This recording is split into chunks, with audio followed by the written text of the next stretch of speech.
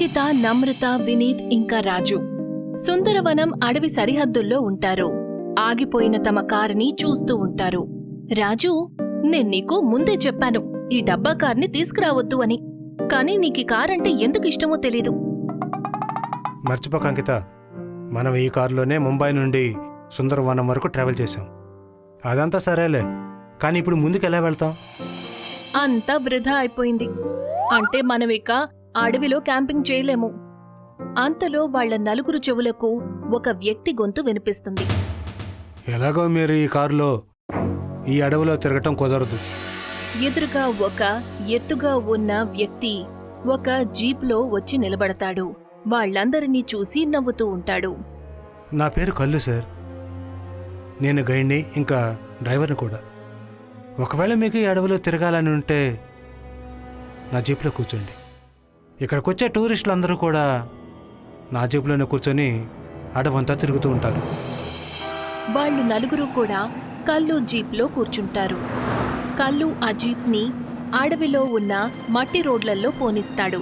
అప్పుడే వాళ్ల నలుగురి దృష్టి అడవిలో ఉన్నటువంటి ఒక తారు రోడ్డు మీద పడుతుంది. కల్లు, ఈ తారు రోడ్డు ఎక్కడికి వెళ్తుంది? అది వినగానే కల్లు పూర్తిగా ఆశ్చర్యపోతాడు. సార్, ఆ రోడ్డుని ఈ మధ్యన వేశారు. మీరు దాని మీద దృష్టి పెట్టకండి. మనం ఇటువైపు నుంచి వెళ్దాం. ఏం మాట్లాడుతున్నావు నువ్వు? మనం ఆ రోడ్డు మీద వెళ్దాం. సార్, మీరు నా మాట అర్థం చేసుకోవడం లేదు. ఈ అడవిలో ఒక్కొక్కసారి విచిత్రమైన రహస్యమైన సంఘటనలు జరుగుతుంటాయి. మేము అడ్వెంచర్ కోసం వచ్చాం. మాకు అటువంటి సంఘటనలే కావాలి. అలా అనేసరికి వేరే దారి లేక కల్లు ఆ తారు రోడ్డు మీదకు పోనిస్తాడు. జీప్ కొంత దూరం వెళ్లిన తరువాత ఉన్నట్టుండి ఆగిపోతుంది. నువ్వు జీప్ ఎందుకు ఆపేశావు? కల్లు వెంటనే జీప్లోంచి కిందకి దిగి చూస్తాడు. వావ్!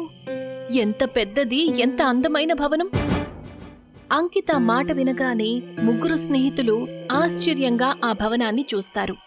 కలు, నువ్వు చెప్పనే లేదు ఇక్కడ ఒక అందమైన భవనం కూడా ఉందని? బహుశా మా అలాంటి టూరిస్టుల కోసం ఎవరైనా గొప్ప వ్యక్తి కట్టించుంటారు.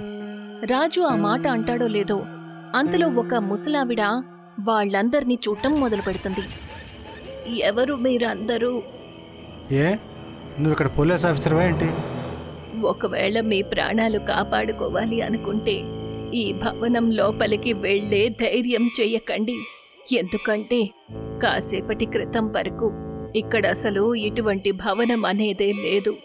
తను మీలాంటి వాళ్లని ఇరికించడం కోసం ఇలాగే చేస్తూ ఉంటాడు. అయితే నువ్వు ఇప్పుడేమంటున్నావు? ఈ భవనం కాసేపటి క్రితం దానంతటా తయారైందనా? అదెలా సాధ్యమవుతుంది? ముసలావిడ వాళ్లందరి వైపు చూసి చాలా భయంకరమైన గొంతుతో నస్ నస్ నస్ నస్, తనకి అలా చెయ్యటం ఏమాత్రం కష్టం కాదు. అంతలో అక్కడ ఉన్నట్టుండి వర్షం మొదలవుతుంది. అందరం లోపలికి వెళ్దాం పదండి. ఈ అడవిలో వర్షం వల్ల మనకు ఆరోగ్యం పాడవుతుందేమో. కొద్దిసేపట్లోనే అంకిత, నమ్రత, వీర్ ఇంకా రాజు ఆశ్చర్యకరంగా ఆ పాత బంగళాన్ని చూడటం మొదలు పెడతారు. అప్పుడే వాళ్ల చెవులకు ఆ డ్రైవర్ కల్లు మాటలు వినిపిస్తాయి. నేను మీ అందరికీ ఇప్పుడే చెబుతున్నాను, నాకిక్కడ ఏది సరిగా అనిపించడం లేదు. మన అందరం ఇక్కడి నుంచి తిరిగి వెళ్ళడమే మంచిది. కల్లు మాట విన్నాక వీర్ తన వైపు చూసి నవ్వుతూ ఇలా అంటాడు. ఇలా చూడు కల్లు, మీ ఊరి వాళ్ళు ఇప్పటికీ పాతకాలంలోనే జీవిస్తున్నారు. నువ్వు అనుకుంటున్నట్టు ఇక్కడ ఏమీ లేదు. వీరు చెప్పింది నిజమే కల్లు.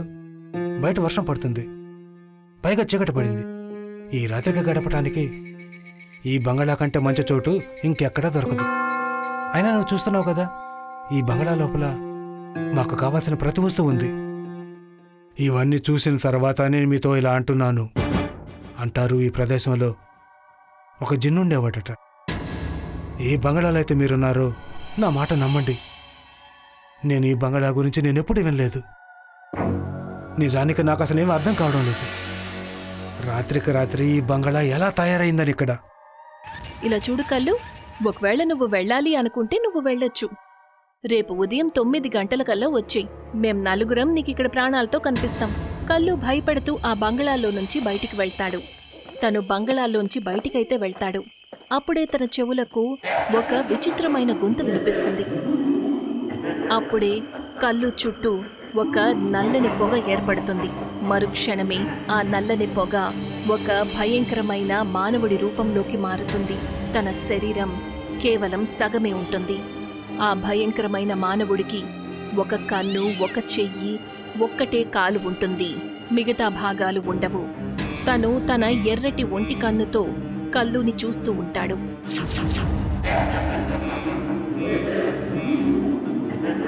ఎవరు నువ్వు? చూడు, నన్ను అక్కడి నుంచి వెళ్ళనివ్వు. నన్ను వదిలి నేను మళ్ళీ ఇంకెప్పుడు ఇక్కడికి రాను. అప్పుడే ఆ సగం భయంకరమైన మానవుడు మెరుపు వేగంతో కల్లు దగ్గరికి వస్తాడు. ఎప్పుడైతే అతను తన ఒక చేతిని కల్లు శరీరం మీద వేస్తాడో ఉన్నట్టుండి కల్లు శరీరం మీద ఉన్న మాంసం ఎముకల నుంచి వేరుపడుతుంది. కొన్ని క్షణాల్లోనే కల్లు ఎముకల గూడుగా మారిపోతాడు. అంకిత తను నమ్రతతో మాట్లాడుతూ ఉంటుంది. ఉన్నట్టుండి ఆశ్చర్యపోయి నమ్రతతో ఇలా అంటుంది. నమ్రత, నీకు కళ్ళు అరుపేవైనా వినిపించిందా? అంకిత, నువ్వేదో భ్రమపడుతున్నావు. అప్పుడే రాజు వాళ్ల ముగ్గురు వైపు చూసి, ఇలా చూడండి, అడవులోని మట్టి దారిలో ప్రయాణించి నాకైతే ఒళ్ళంతా చాలా నొప్పిగా ఉంది. నేను వెళ్ళి పడుకుంటాను. మీరు ముగ్గురు మీ గదులను చూసి చేసుకోండి. కాసేపటి తర్వాత వాళ్ళు నలుగురు వేరువేరు గదుల్లో మంచాల మీద పడుకుంటారు. నమ్రత నిద్రలోకి జారుకుంటుంది. అప్పుడే ఉన్నట్టుండి తనకి ఎలా అనిపిస్తుందంటే ఎవరో తన దగ్గర నిలబడి ఉన్నట్టు. నమ్రత ఎప్పుడైతే కళ్ళు తెరుస్తుందో అప్పుడు తను చూసేసరికి ఎదురుగా రాజు నిలబడి తనని చూస్తూ ఉంటాడు. నువ్వేం చేస్తున్నావు రాజు? నువ్వసలు నా రూంలోకి ఎందుకొచ్చావు? నేను నీకు ఒకటి చూపించాలనుకుంటున్నాను నమ్రత. ఏం చూపించాలనుకుంటున్నావు? ఒకసారి నువ్వు నాతో పాటు వచ్చి చూడు.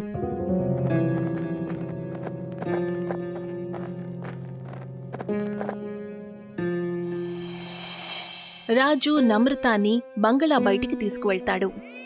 బయటైతే ఏమీ లేదు. అప్పుడే ఉన్నట్టుండి రాజు ఒక పెద్ద పేలుడుతో సగం మానవుడిగా మారిపోయి నమ్రతాని చూస్తూ ఉంటాడు. తన ఎదురుగా ఆ భయంకరమైన సగం కనిపించే మానవుడిని చూసి నమ్రత గట్టిగా అరుస్తుంది. నమ్రత అరుపు విన్న తర్వాత రాజు, వీర్ ఇంకా అంకిత కంగారు పడుతూ బంగ్లా నుండి బయటికి వస్తారు. అప్పుడే ఆ సగం భయంకరమైన మానవుడు తన భయంకరమైన పంజాతో నమ్రత పీక పట్టుకుంటాడు. నమ్రత శరీరంలోని మాంసమంతా తన ఎముకల నుంచి వేరుపడుతుంది. తను ఎముకల గూడుగా మారిపోతుంది. ఆ భయంకరమైన దృశ్యాన్ని చూసి అంకిత గట్టిగా అరుస్తూ, అంటే దీనర్థం ఆ ముసలావిడ చెప్పింది నిజమే. అంకిత ఆ మాట అంటుందో లేదో అప్పుడే ఆ సగం మానవుడు మెరుపు వేగంతో అంకిత దగ్గరికి వస్తాడు. ఉన్నట్టుండి ఒక పెద్ద పేలుడుతో అంకిత శరీరం ముక్కలవుతుంది. రాజు ఇంకా వీర్ పూర్తిగా భయపడిపోతారు. అప్పుడే ఆ ముసలావిడ చేతిలో లాంతరు పట్టుకుని అక్కడికి చేరుకుంటుంది. ఆవిడ రాగానే ఆ భయంకరమైన మానవుడు పొగగా మారి మాయమైపోతాడు. త్వరగా ఇక్కడి నుంచి పదండి, నేనతన్ని ఎక్కువసేపు ఆపలేను.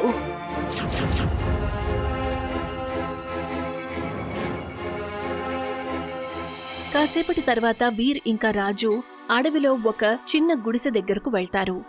రాజు వణికిపోతూ ముసలావిడతో ఇలా అంటాడు. అసలు ఎవరా భయంకరమైన సగం కనిపించే మానవుడు? సంతోషించండి, నేను మిమ్మల్ని అక్కడి నుంచి ఇక్కడికి ప్రాణాలతో తీసుకొచ్చాను. అతను మా కళ్ళ ముందే నా స్నేహితురాలు అంకిత నమ్రతాను చంపేశాడు. మీరు చెప్పాల్సింది, అసలు అతను ఎందుకు మిమ్మల్ని చూసి మాయమైపోయాడు? ఎవరతను? ఆ ముసలావిడ ఎంతో విచిత్రంగా బరువైన గొంతుతో వాళ్ళిద్దరి వైపు చూసి ఇలా అంటుంది. నస్నస్ జిన్. నస్నస్ జిన్నా? నస్నస్ ఒక విధంగా ఒక రకమైన జిన్. ఎవరైనా జిన్ ఒక మనిషితో శారీరక సంబంధం ఏర్పరచుకుంటే ఆ ఆడ మనిషికి బిడ్డ పుట్టినప్పుడు తను సగం జిన్ సగం మనిషిగా అవుతాడు. తన సగం శరీరం ఎవరికీ కనపడదు. మిగతా సగం శరీరం ఏదైతే కనిపిస్తుందో అది చాలా భయంకరంగా కనిపిస్తుంది. తను ఎవరి రూపాన్నైనా ధరించగలడు. తను ఏమైనా చెయ్యగలడు. కానీ మీరు తన గురించి ఇన్ని విషయాలు ఎలా తెలుసుకోగలిగారు? ఎందుకంటే తను నా సంతానం. నా పేరు నీలిమ. 50 ఏళ్ల క్రితం నేను సుందర వనంలో దట్టమైన అడవిని చూడటానికి వచ్చాను. అప్పుడే నా స్నేహితుడు రాహుల్ నాతో అన్నాడు, నా ఉద్దేశం ప్రకారం ఇవాళ రాత్రికి మనం ఎక్కడ ఉండటమే మంచిది. నువ్వు చెప్పింది నిజమే. అడవిలో రాత్రివేళ క్యాంపింగ్ చేయటం చాలా సరదాగా అనిపిస్తుంది. అప్పుడే ఉన్నట్టుండి ఒక ముసలాయన అక్కడికి వచ్చి మా ఇద్దరిని చూడటం మొదలుపెట్టాడు. మీరిద్దరు ఇంకా ఈ అడవిలో నుంచి బయటకు వెళ్ళలేదా? రాత్రి వేళ ఇక్కడ ఉండటం మంచిది కాదు. ఇవాళ రాత్రికి మేము ఇక్కడే ఉంటాం. అలా చెయ్యాలని మీరు కలలో కూడా అనుకోవద్దు. మీకు తెలీదు, ఈ ప్రదేశం ఒక జిన్ వల్ల ఆక్రమించబడింది. ఎవరైనా ఈ ప్రదేశంలో ఒకవేళ రాత్రి వేళ ఉన్నారంటే వాళ్ళు రేపు ఉదయం వరకు ప్రాణాలతో మిగిలి ఉండరు. నువ్వు నీ స్నేహితురాలు క్షేమంగా ఉండాలనుకుంటే ఇక్కడి నుంచి వెళ్ళిపోండి. ఆ మాట చెప్పి ఆ ముసలాయన అక్కడి నుంచి వెళ్ళిపోయాడు. రాహుల్ నాతో అన్నాడు, నాకైతే ఆ ముసలాయన పిచ్చివాళ్ళు అనిపిస్తున్నాడు. పద, ఇక్కడే టెంట్ వేసుకుందాం. నేను ఇంకా రాహుల్ అడవిలోనే టెంట్ వేసుకొని నిద్రపోయాము. అర్ధరాత్రి తరువాత ఉన్నట్టుండి నా చెవులకు రాహుల్ అరుపులు వినిపించాయి. నేను ఎప్పుడైతే టెంట్ నుంచి బయటికొచ్చి చూశానో అప్పుడు నా ఎదురుగా రాహుల్ శవం కనిపించింది. అప్పుడే ఉన్నట్టుండి నేను ఎంతో వేగంగా ఎగురుతూ టెంట్ లోపలికి నా అంతట నేనే వెళ్ళిపోయాను. నాకెలా అనిపించిందంటే ఏదో అదృశ్య శక్తి నా శరీరాన్ని పూర్తిగా నలిపేస్తోంది అని. నేను స్పృహ కోల్పోయాను. మరుసటి రోజు ఉదయం నేను కళ్ళు తెరిచేసరికి నేను నా కడుపుని చూసి పూర్తిగా భయపడిపోయాను. తర్వాత ఏం జరిగింది? మరుసటి రోజు ఉదయం మీరు మీ కడుపును చూసి ఎందుకు భయపడిపోయారు? ఎందుకంటే నా కడుపులో ఆ జిన్ సంతానం ఉంది. ఆ తర్వాత నేను ఎంత ప్రయత్నించినా అడవిలో నుంచి బయటికి వెళ్ళలేకపోయాను. ముందు ఆ జిన్ నన్ను ఈ అడవిలో నుంచి వెళ్ళనిచ్చేవాడు కాదు. ఇక ఇప్పుడు నా సంతానం నన్ను ఈ అడవిలో నుంచి బయటికి వెళ్ళనివ్వడం లేదు. ఆ మాట చెప్పి ఉన్నట్టుండి ఆ ముసలావిడ స్పృహ తప్పి పడిపోయింది. మరుక్షణం అక్కడ నల్లని పొగ కమ్ముకుంటుంది. చూస్తూ చూస్తూ ఆ నల్లని పొగ ఆ భయంకరమైన సగం కనిపించే మానవుడిగా మారిపోయి రాజు ఇంకా వీర్ని చూడటం మొదలు పెడుతుంది. కొన్ని క్షణాల్లోనే వాళ్ళిద్దరి అరుపులు నిశ్శబ్దాన్ని చీరేస్తాయి. ఇక వాళ్ళిద్దరి ఎముకలు అడవిలో పడి ఉంటాయి.